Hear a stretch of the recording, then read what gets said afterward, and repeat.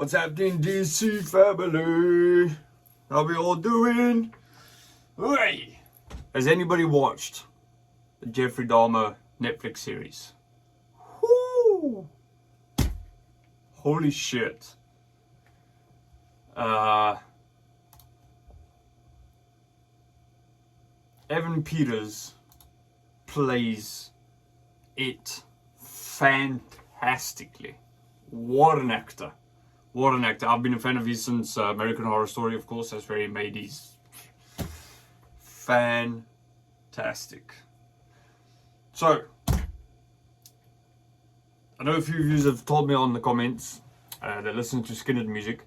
I must look at one of the interviews, Inside Edition interview with Jeffrey Dahmer, to get a better understanding of the person behind the what's it, 30 plus killings that we know about, if that. Sure. Yeah, let's get into it. So let's see what the difference is between Netflix and the actual real life Jeffrey Dahmer. 94, that's the year my brother was born, funny enough.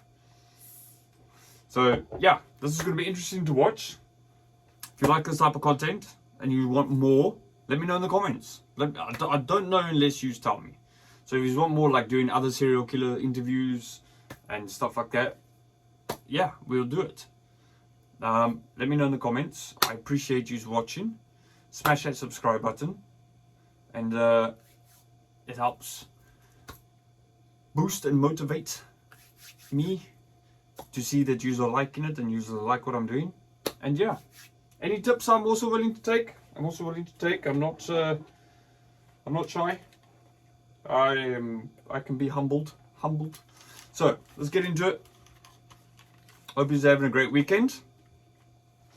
Ooh, how long is this? 17 minutes. Be a bit longer for you guys. All right, let's get into it. I desensitized myself to it.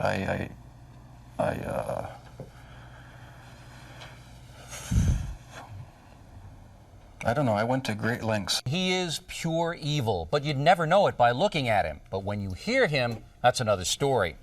His killing field was Milwaukee, and he got away with murder for more than a decade. But how could any of this happen? For the first time ever, Nancy Glass is here, inside the world of Jeffrey Dahmer. Bill, when I sat down opposite Jeffrey Dahmer for this interview, I wondered what he would tell me, how hard it would be to get him to discuss his horrific... This is still back in the day when journalists used to be journalists, not what they are, propagandists today and bloody all the crap they do today. This is when journalists were journalists. They had their flaws, but they still done what needed to be done. Their crimes. What I found was that he was very forthcoming. He volunteered details that may be difficult to hear. I began by asking what he wanted from the men he picked up. I had these obsessive desires and thoughts wanting to control them, to, I don't know how to put it, possess them permanently. And that's why you killed them? Right. Not because I was angry with them, not because I hated them, but because I wanted to keep them with me. And as my obsession grew, I was saving body parts such as skulls and skeletons. Jeffrey Dahmer is recalling his monstrous past. Almost 2 years ago in this little apartment in Milwaukee, police discovered the grisly remnants of one of the most horrible crime sprees in American history. Jeffrey Dahmer, an unassuming chocolate... How different he looks walking there compared to what he is sitting with her in the interview. It looks like two different people nearly. Like, the difference is crazy. Factory worker would eventually confess that he had seduced, murdered, and dismembered 17 young men. He even ate some of his victims' body parts.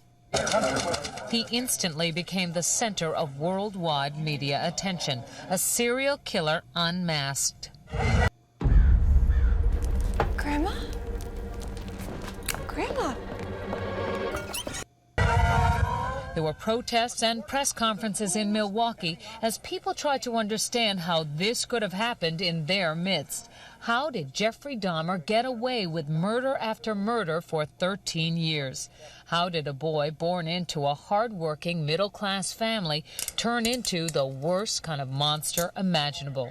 In this exclusive interview, we put those questions to Jeffrey Dahmer himself. We met with him at the maximum security prison where he is serving his sentence of 999 years.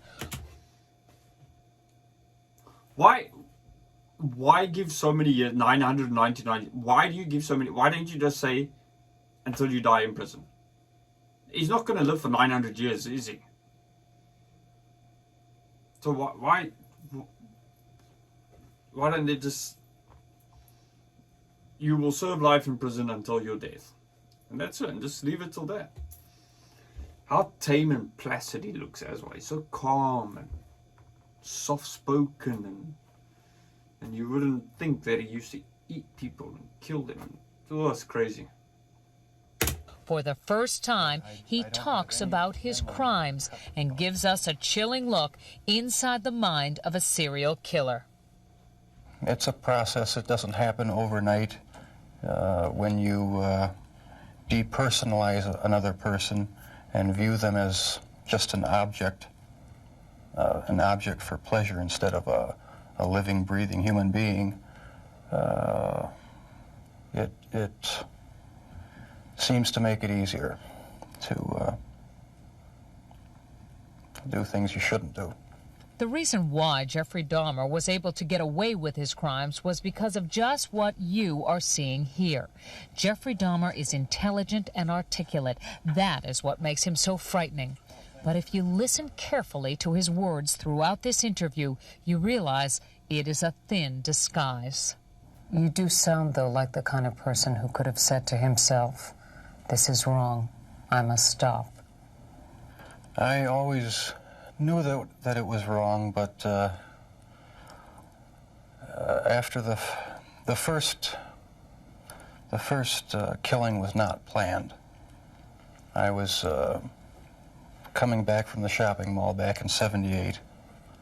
I had fantasies about picking up a hitchhiker and taking him back to the house and having complete control and dominance over him. The hitchhiker's name was Stephen Hicks. He was just 18. Jeffrey Dahmer took him to his parents' house. There he strangled him with a barbell. He dismembered the body and hid it in a drain pipe. It was Jeffrey Dahmer who gave those details to the police in his confession. No one had a clue as to what was happening for over a decade. During that time, Jeffrey Dahmer joined the Army and was sent to Germany. He was eventually discharged for a drinking problem and returned to Ohio. 9 years after Stephen Hicks' murder, the killing began again. What happened to you in the 9 years in between that you were able to stop, that you were able to control yourself? It just wasn't an opportunity to fully express what I wanted to do. There was just not the physical opportunity to do it then. And I started, when I moved to Milwaukee in '81, I started reading pornography, going to the bookstores. Eventually that led to frequenting the gay bars. And then one time I brought this young man back to the hotel room, the Ambassador Hotel. Was just planning on drugging him and spending the night with him. Had no intention of hurting him. When I woke up in the morning, he had a broken rib here, was heavily bruised. Apparently I had beaten him to death with my fists. And you have no memory of it? I have no memory of it. But that's what started the whole spree all over again. Dahmer. How blackout drunk must you be to wake up and you're like, because his hands must have been killing him. And I know in the TV series he woke up, that one that is explained, he woke up and he was like, he had pain in his hands. Obviously, if you beat somebody, how long did he beat him? Do you know what I mean? That is nuts, man. Absolutely nuts. I have no memory of it. But that's what started the whole spree all over again. Dahmer says he snuck the corpse of his victim, Stephen Toomey, out of his hotel room in a suitcase. Then he took it to his grandmother's house, where he cut up the body and put it in plastic garbage bags. When you killed these men, afterwards, were you repulsed? Were you upset? No, at the time, it was almost addictive. It was almost a surge of energy. I wouldn't have to worry about any of their needs or anything. I just had complete control of the situation. But Jeffrey Dahmer was out of control. The urge to kill had overpowered him. As police later learned, he wasn't satisfied with his victim's death. He wanted more. Why did you photograph them? It was my way of remembering their appearance, their physical beauty. I also wanted to keep if I couldn't keep them there with me whole, at least I felt that I could keep their skeletons.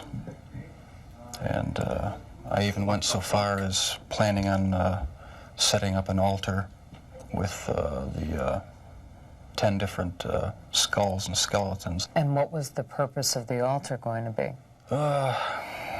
As a sort of memorial. A point where I could, I don't know, it's so bizarre and strange, it's hard to describe. A place where I could collect my thoughts and feed my obsession. When the bodies were still in your apartment, there was no time when you would see them and say, this is grotesque, what have I done? There were times, but the compulsive obsession with doing what I was doing overpowered any feelings of revulsion. This man with a quiet, almost shy demeanor became a master manipulator who was able to lure strangers he met at gay bars to his apartment. He was even able to con the police into returning a 14-year-old boy to him after neighbors called 911 upset that the child was in the street naked and bleeding.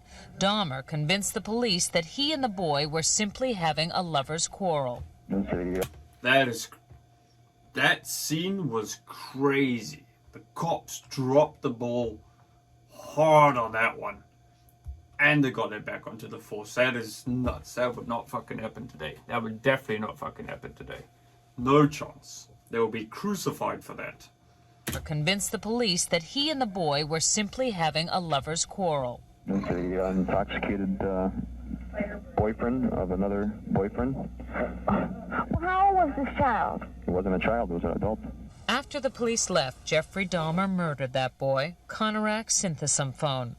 This man says he had a near-fatal encounter with Jeffrey Dahmer. He wanted to take some picture of my back. He hit me with a rubber hammer on my neck. He was lucky to escape because by then the killing had become almost routine. Before you went out to pick up a man, was there any kind of ritual you went through? I'd go to the nightclubs, drink, watch the striptease shows, and if I didn't meet anyone at the bars, I'd go to the bath clubs and meet someone there, offer them money, and we'd go back to the apartment, have a few drinks. I'd have the sleeping pill mixture already prepared. Person would drink it, fall asleep, and that's when they would be strangled.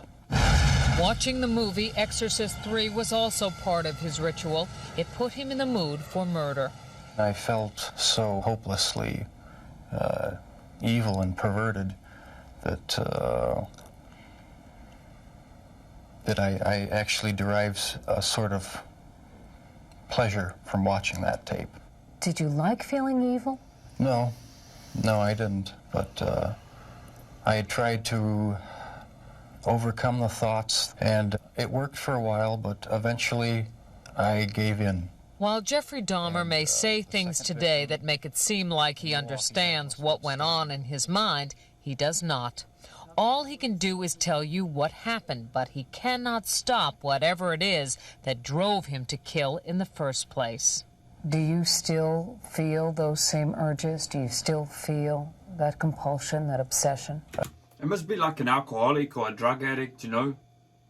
That like a addiction feeling, I guess. You know, like somebody that's on heroin or something like that, or somebody that's addicted to alcohol. It's just that, you know, you just have to do it. It's like going to the toilets. You have to do it. That's nuts, man. Imagine what she's feeling sitting there. Even though he never killed any woman, you must still be quite... Must be an adrenaline rush, like, very. I wish I could say that it just left completely, but no, there are times when I still do have the old compulsions. Jeffrey Dahmer says as time went on, his mind became more and more warped, and yet he was clever enough to continue to elude police and lure young men to his apartment. We should warn you, the details are very graphic. I started having these obsessive thoughts when I was about 15 and 16, and they got worse and worse. What were your fantasies about? Any satisfaction. He became so warped by his evil impulses that he even took a victim's head with him to work at the Ambrosia chocolate factory. I kept... I'm not laughing because it's funny. I'm laughing because it's fucking insane, man. Yo, what you got there, Jeff? Ah, it's just a bowling ball, buddy. Oh, okay, you going bowling later? Yeah. Somebody's head. Victim's head with him to work at the Ambrosia chocolate factory. I kept the mummified head and skull of one of the victims in a carrying case in my locker at work. Were you almost flaunting it? Yes, but that's how strong the compulsion was. That's how bizarre the desire was. I wanted to keep something of the person with me. Jeffrey Dahmer exhibited some disturbing behavior early on. He began drinking heavily as a teenager, dropped out of college. Hello, my sweetheart. Thank you. Shouldn't be in you.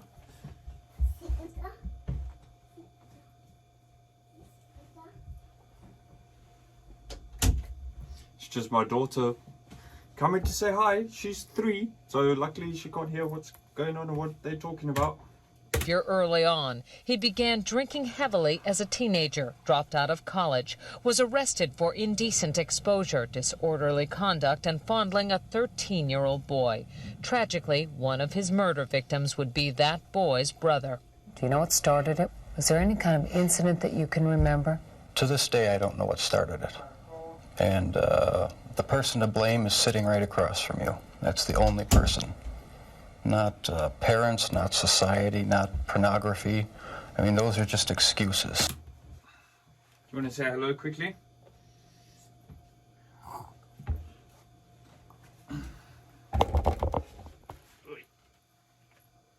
Say hi. His macabre 13-year crime spree finally ended when this man, Tracy Edwards, brought the police to the infamous apartment. Like the others, he had gone there with the promise of money. He was listening to my heart because at a point he told me he was going to eat my heart at that point. I hit him and I ran. What was the turning point for you that made you suddenly realize that you had done something terribly wrong, something you should be sorry for? It was the night of the arrest. I have no memory of what happened during the 6 hours before the last victim ran out of the apartment. I heard a knock on the door, and the police were there with the last victim. They asked me where the key was to the handcuffs. My mind was in a haze. I sort of pointed to the bedroom, and that's where they found the pictures. and they yelled, "Cuff him." And I was handcuffed, and it was just the realization that there was no point in trying to hide. People keep asking me, "You gonna have another baby? You gonna have another kid? You gonna give her a little brother or sister?" No. No. She's more than a handful. As is, aren't you? I know. More than a handful for me and the missus. She's enough. My actions anymore. The best route was to help the police identify all the victims and just make a complete confession. When it was revealed that most of the victims were black or homosexual, people in Milwaukee were incensed. Many felt that was why he went after them and why the police didn't seem to care when their families reported them missing. 10 of your 17 victims were black. Were they racially motivated It was crimes? not racially motivated. It was not sexual preference. It was just to find an obsession with the best-looking young man I could find. While you just heard him say that his sexual preference had nothing to do with the killings, he has not come to terms with his homosexuality. Never understood it. There was no use trying to fight it because I couldn't rid myself of it. It was too powerful and persistent. Do you dislike it? Yes, it's caused a lot of problems for me. A lot of conflicts and unanswered questions. The conflicts remain with him, and so do his compulsions. But in prison, he finally cannot act on his savage desires. If you were out on the street now, would you still be committing the crimes? Probably. If this hadn't happened, there's no doubt I probably would be. I can't think of anything that would have stopped me. Whew. Sorry, my suit up. That is absolutely crazy. And because of the times and stuff, okay, that's why you got away with it for so long. Like, I wonder if there's now in these times, the 20s, the 2000s, is there a serial killer out there? Do we know about them? Don't we know about them? I guess we'll never know until it comes out. But with all the cameras and mobile phones and everything today, you know, I doubt it's as easy as what it was back then. Not saying it was easy, but still easy enough. I appreciate you watching. Sorry for the disturbance. Say sorry. Say sorry. No? Okay. Hope you enjoy. Smash that subscribe button. And yeah, if you want more stuff like this, let me know in the comments. I appreciate it. Peace. Say peace. Peace.